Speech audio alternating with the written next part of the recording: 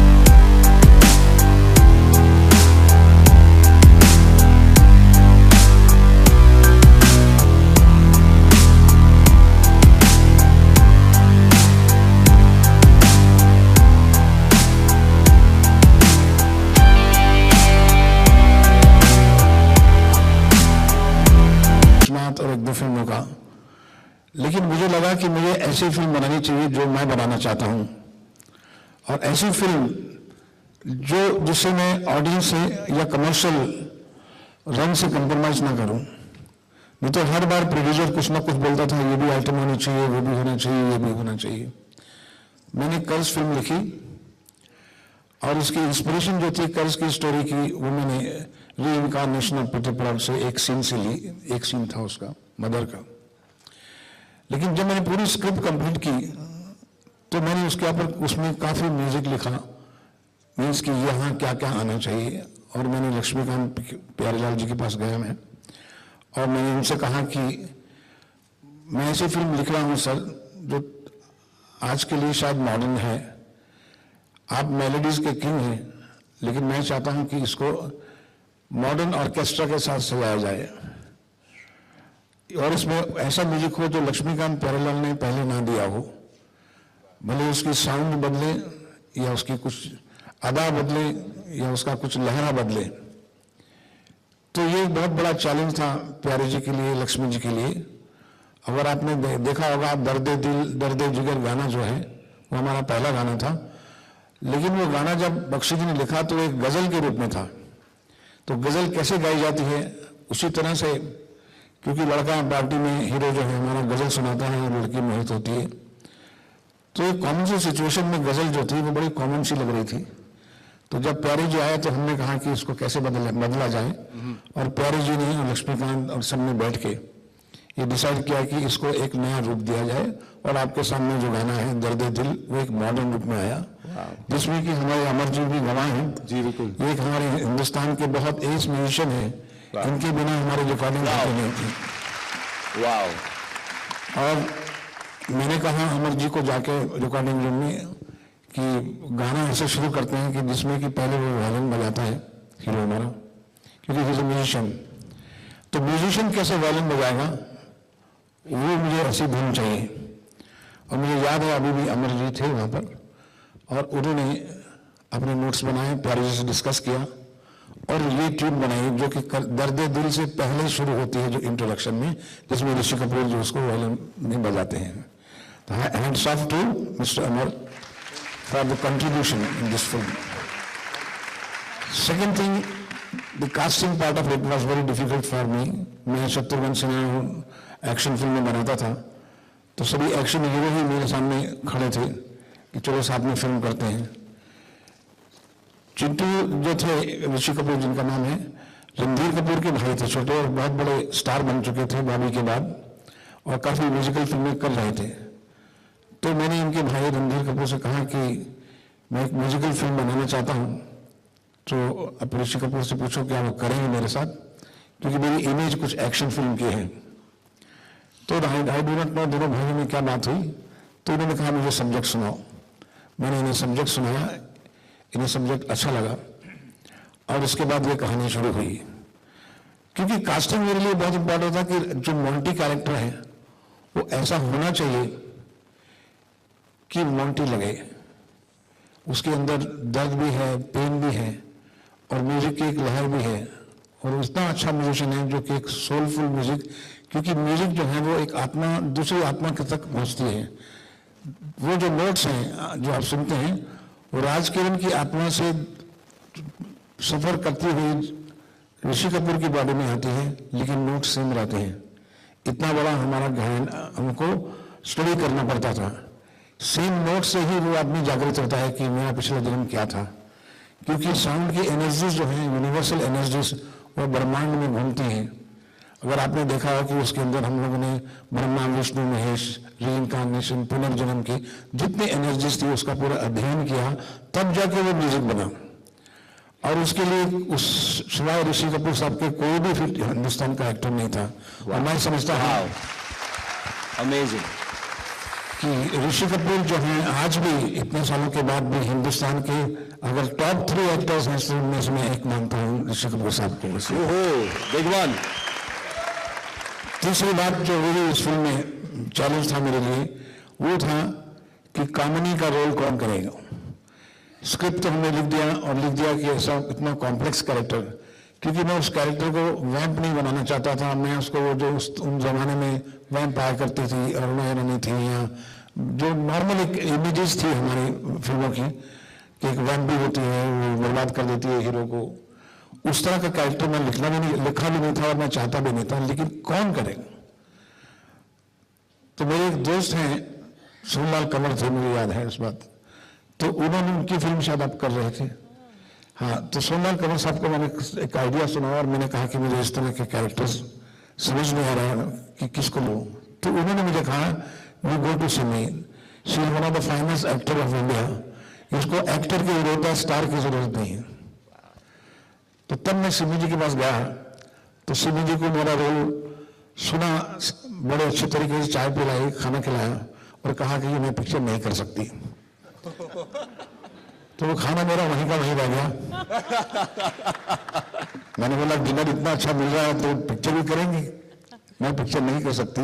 और आप सच मानिए कि मैं सिमी जी के पीछे कम से कम 2 महीने चक्कर लगाता रहा कि किसी भी तरीके से आपको ये मेरी पिक्चर चाहिए। क्या बात। अगर आपने फिल्म नहीं की तो मेरी फिल्म ये बन नहीं सकती।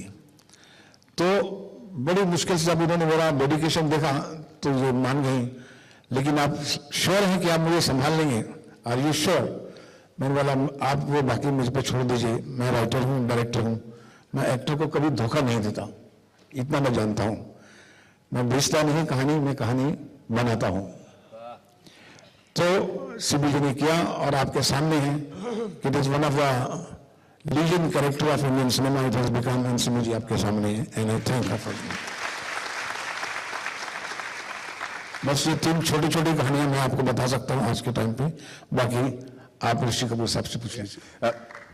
Thank you so much sir, thank you so much for this. Rishi ji, एक सवाल आ रहा है जहन में, आपने अपनी किताब में भी कर्ज फिल्म से जुड़ी कुछ बातें जो है लिखी हुई हैं। Which was the most difficult part of shooting कर्ज फॉर यू? आपका सवाल दूंगा, आपका जवाब दूंगा मैं, पहले जरा कुछ मैं पहले बिल्कुल थैंक यू। पहले तो सुभाष जी को बधाई हो, क्या कमाल का वो थिएटर बनाया है ये। मुंबई में ऐसा सिंगल स्क्रीन तो मैंने पहली बार देखा जो इतना फैंटास्टिक है।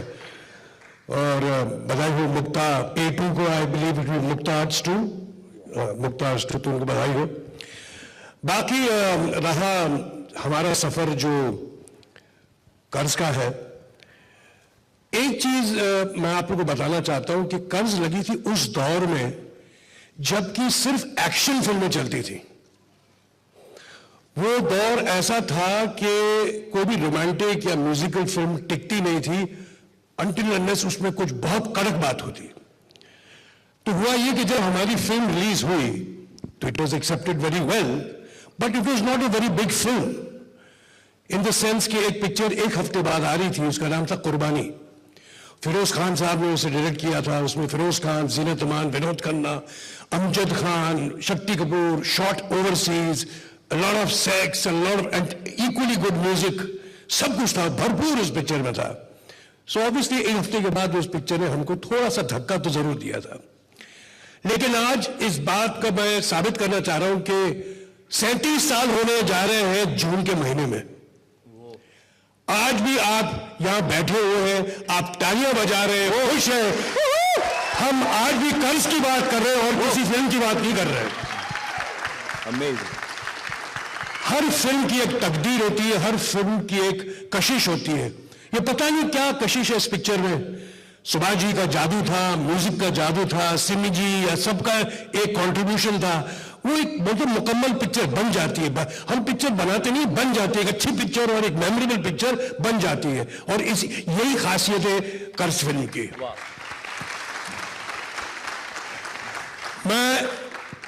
मुझे आपको ये वाक्य सुनाना मैं बहुत जरूरी समझता हूं।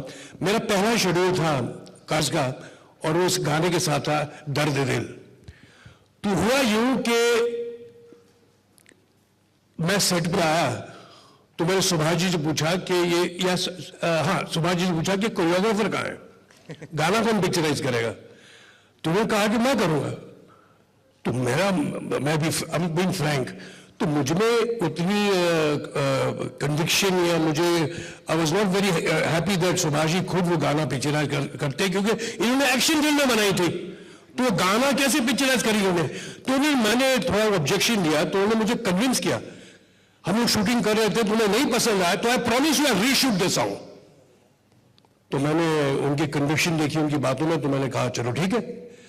आपको ये बताने में मुझे बड़ी खुशी होती है कि जो गाना आप देखेंगे दर्द दिल, ये एक्चुअली कोरियोग्राफर के बगैर किया गया है और सुभाष घाई साहब ने ही पिक्चराइज किया।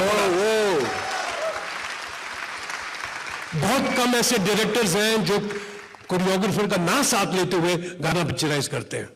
उनमें से सुभाष जी एक मेरी करियर में डेफिनेटली एक ये भी है जरूर। ये भी मुझे याद है कि जब हम शूटिंग करते थे तो सुभाष जी इतने मगन, इतने इन्वॉल्व थे कि वो गाना सुनाते थे। गाड़ी के जो बॉनेट होता ना उसमें वो रिदम के साथ मुझे गाना सुनाते थे। टीना मुझे, हम शूटिंग करते तो वहां उस वक्त इतना एक आदमी कितना charged, so much involve in his music, तो उस वक्त मुझे गाना सुनाते थे ये। जैसे कि गाने से मुझे याद आया, अनुपम खेर साहब मेरे साथ मजाक करते हैं। एक आज शो में मैं गया था तो उन्हें जाहिर कर्ज से अगर बात चली तो वो गाना आता है ओम शांति ओम, तो उसके बोल ऐसे हैं कि मेरी उम्र के नौजवानों, जो आपको मालूम है आगे क्या है। तो अनुपम खेर साहब ने मुझे बोला कि अब तुम ये गाना छोड़ दो। मैं बोला क्यों? अब तुम गाओ, क्या उम्र थी, क्या समा था, क्या जमाना था, एक हसीना की एक जमाना था। तो दोनों ही गाने मेरे हैं, दोनों ही गाने फिल्म कर्ज के हैं, दोनों ही उतने ही बड़े सक्सेसफुल गाने हैं। तो मैं आज के दिन लक्ष्मीकांत जी को याद करते हुए, प्यारे जी को शुक्रिया करते हुए, अमर भाई हमारे हैं यहाँ म्यूजिशियन हैं, गोरख भाई नहीं आ सके जिन्होंने वो गिटार का पीस बनाया था वो भी है, मैं उनका बहुत बहुत शुक्रिया अदा करना चाहता हूं कि आपने जो हमारी एक पूरी टीम की जो एक टीम वर्क थी, वो मैं बहुत खुश हूं आपको ये सब बताने के लिए। कर्ज के बहुत सी बातें हैं, बट मैं आपका टाइम नहीं देना चाहता, इतना चाहता हूं कि आप फिल्म भी देखें। I hope you enjoy the film and thank you very much for coming. मैंने पहले सोचा कि सुभाष भाई ने कोई जूनियर आर्टिस्ट बनाया एक्चुअली थिएटर में देखने के लिए, मुझे इतना यकीन नहीं था कि इतने लोग आज कितने आएंगे देखिए पिक्चर के लिए। Thank you very much audience, thank you and I hope you enjoy the film. Thank you. Well ladies and gentleman, for Monte. आज जब फिल्म की बातें हो रही हैं और फिल्म की बहुत सी यादें ताजा हो रही हैं, इतनी बातें अभी हमारी हुई, सिमी जी, what are the memories coming to your mind about the making of Curse, the shooting of Curse, the release of Curse, the songs? It's wonderful memories, and I would have been such a fool if I had not done this film. So I'm very happy that I did it. लेकिन मैं एक बात जरूर कहना चाहती हूँ सुभाष जी के बारे में, कि जब हम ये फिल्म बना रहे थे, ही इज राइट, जो चिंटू जी ने अभी कहा था, एक जुनून सा छाया हुआ था सुभाष जी पे. He was so charged. He was like a man with a mission. Right. And I think it was his dedication and his honesty, and we just followed whatever he did. And after that, even, I have to say something about Subhash ji, which I feel in my heart, Subhash ji. There are many filmmakers जो film बनाते हैं, अच्छी film भी बनाते हैं, बुरी film भी बनाते हैं, but वहीं रुक जाते हैं, फिर उससे आगे नहीं बढ़ते. But here is a man जिन्होंने, मतलब एक छोटे से गांव से आए थे, छोटे से स्मॉल टाउन से आए थे, बड़े बड़े ख्वाब लेकर, और ये सारे ख्वाब एक के बाद एक पूरा कर रहे हैं. बिल्कुल. And I'm very proud of that. Wow. उन्होंने अपनी कंपनी शुरू की थी, फिल्म शुरू की थी कर्ज उसके साथ, फिर उन्होंने, he was one of the few people शुरू में जिन्होंने कॉर्पोरेटाइज किया था अपनी कंपनी को. लोग नहीं कर रहे थे उस वक्त. You know, it was all done very differently. In fact, to insure films for the first time, Subhash ji was everything he did it in the American way. Yes. और उसके बाद देखिए उनकी कंट्रीब्यूशन हमारी इंडस्ट्री पे, कि उन्होंने एक इतना बढ़िया acting training school, you know, Whistling Woods शुरू किया. कौन करता है ऐसा? Wow. कोई नहीं करता. क्या बात है. Amazing. And it's, उनको क्या मिलता है उससे? कुछ भी नहीं. But he is giving. Wow. So as I say, he's not taking from the industry. He's giving to the industry. He's giving so much talent. I'm coming to that. I said, अब उसके बाद I was planning to go step 4. Step by step. 4. अब देखिए theatre भी उन्होंने अभी ये शुरू किया. अभी मैं उनसे पूछ रही थी कि what is the next dream? मुझे बताओ ना. अभी वो खामोश हैं, अभी नहीं बता रहे हैं, लेकिन हम लोगों को पता चल जाएगा और हम उनके साथ होंगे और हमारी तालियां हमेशा उनके. वाह, क्या बात है. अमेजिंग. सिमी जी, एक मिनट, प्लीज. मैं अपने चिंटू जी के बारे में बिल्कुल 100%. मैं उनका सफर बहुत गौर से देख रही हूँ. जब से वो मेरे साथ मेरा नाम जोकर में काम कर रहे थे as a young artist. Yes. और मुझे याद है मैंने एक लाइन बोला था उसमें कि मैं, उसने बोला मैं सर से माफी मांग रहा हूँ, मैंने कुछ गलती की, ऐसे सब कुछ ऐसे कहा. फिर मैंने बोला बच्चे कभी झूठ नहीं बोलते, और उन्होंने गौर से देखा मुझे, बोला मैं बच्चा नहीं हूँ. तो उसके बाद भी फिर उनका अगला स्टेप, अगला चैप्टर जो था, जहाँ वो बहुत बड़े स्टार बन गए, And that also मैंने बहुत नाज से, बहुत pride से मैंने देखा था कि वो कैसे ऊंचाई तक पहुंच रहे थे. So that was step 2. And now step 3 of chapter of his life when he's become a character actor and a finer actor. He's doing fabulous, whether he's Rauf Lala or whether he's doing a principal in a gay principal in the school, kuch bhi, he does it beautifully. One thing I've noticed, एक ही तार वहां से शुरू हुई थी उनके जीवन में आज तक, और वो तार है passion. जितने passion से ये काम करते हैं, I've never seen. Wow. He loves his work. He gives his best in every shot. Whenever I've worked with him, he's lost. He is not Rishi Kapoor anymore. Wow. He is the character. Wow. And that's what I love about him. Whoa, amazing. Well, That's it. thank you so much. पीछे हम poster देखते हैं, poster में ऋषि जी के हाथ में violin देखते हैं, and of course we have Amar ji here, so if we can have 2 words from you, sir. Yes, definitely. Because पीछे जो वायलिन पीस प्ले हुआ. मैं कुछ बोलूं उसके पहले मैं आप लोगों को नमस्ते करता हूं सर, आप लोगों को भी. मैं इस इंडस्ट्री में 1966 में आया था. आई थिंक मेरा नाम जोकर वाज 1967, 68, 70s. यस. उस वक्त मैं वायलिन नहीं बजाता था, मैं मैंडलिन बजाता था. उस फिल्म का जितने मैंडलिन के पीसेस मेरे बजाए हुए थे, the throughout the one, yes sir. My father was a mandolin player. बहुत चिल्लाते थे इस मैंडलिन को हाथ मत लगा, because you are a violinist. हाथ खराब हो जाएगा. फिर वो छोड़ ही दिया मैंने. I joined Laxmikant Pyarelal in 1966. आज जो कुछ भी हूं उनका आशीर्वाद है. Wow. अभी अनमोल जी ने एक बात कही थी, इश्क और दीवानगी. इस पिक्चर के बारे में अगर हम कहेंगे, जब तक आपको अपने काम से इश्क नहीं होगी, वो दीवानगी पैदा ही नहीं होगी. और जब दीवानगी पैदा होगी तब कर्ज बनेगा. Wow. और इसमें सिर्फ शिवाजी जी की दीवानगी नहीं है, ऋषि जी की भी है, सिमी जी की है, लक्ष्मीकांत प्यारेलाल जी की. एक एक चीज बोल रहा है. आज अभी भी लग रहा है कि कल बनी है फिल्म, कल का म्यूजिकल लग रहा है. Wow. बहुत अच्छी बात है सर, बहुत अच्छी बात है. हम लोग तो न जाना कितने म्यूजिक डायरेक्टरों के साथ काम कर चुके हैं. हर एक के सुरों में हम भीगते हुए यहां तक आए. वाह. मगर मैं उससे एक बड़ी बात कहना चाहूंगा शिवाजी जी के लिए. मैंने राज साहब जो ऋषि जी के पिताजी हैं, बहुत गर्व से हम उनको आदर से नाम लेते हैं. राज साहब हुए, गुरुदत्त जी हुए, यश जी हुए, राज कोसला जी हुए, शिवाजी जी हुए. इनके फिल्म का म्यूजिक देख लीजिए आप. वाह. और ये सबको नहीं काबिल हो, सबको नहीं आया. ये बहुत डायरेक्टर्स आए मगर म्यूजिक की पकड़ बहुत कम लोगों में है. इनके म्यूजिक फर्स्ट फिल्म से ही, मतलब कर्ज से लेके आखिर तक, परदेश, ताल तक देखिए आप. मैं ये समझता हूं लता मंगेशकर सबको मिली, मगर लता मंगेशकर को यूज करने के लिए आना चाहिए साहब. तो इन लोग उन म्यूजिक डायरेक्टरों से काम निकालते हैं. लक्ष्मीकांत प्यारेलाल ने बहुत फिल्म की है, मगर कर्ज जैसे कितनी उनके पास, तो वो क्रेडिट इन लोगों को जाता है. वाह, क्या बात है. Thank you so much sir. Thank you so much. Thank you so much. जैसे बस हम इन लोगों के आशीर्वाद से, उन म्यूजिक डायरेक्टरों के आशीर्वाद से आज हम इस जगह पे खड़े हैं. Thank you. Thank you. Thank you. Thank you so much. I genuinely thank everybody here. And before we, yes, Shivaji की जो है नजर घड़ी के ऊपर है, लेकिन हमारे पास सर जूडा भी है यहाँ पे actually sir. And Sir Judah is going. Yes, Sir Judah is here, and he is going to actually announce the starting of the film. Sir Judah is here, and here, okay. Sir Judah क्या कह रहे हैं? Ladies and gentlemen, here we have Gaurav, who is the national head of Fever FM and Radio Nasha. Sir Judah here with us. Thank you so much.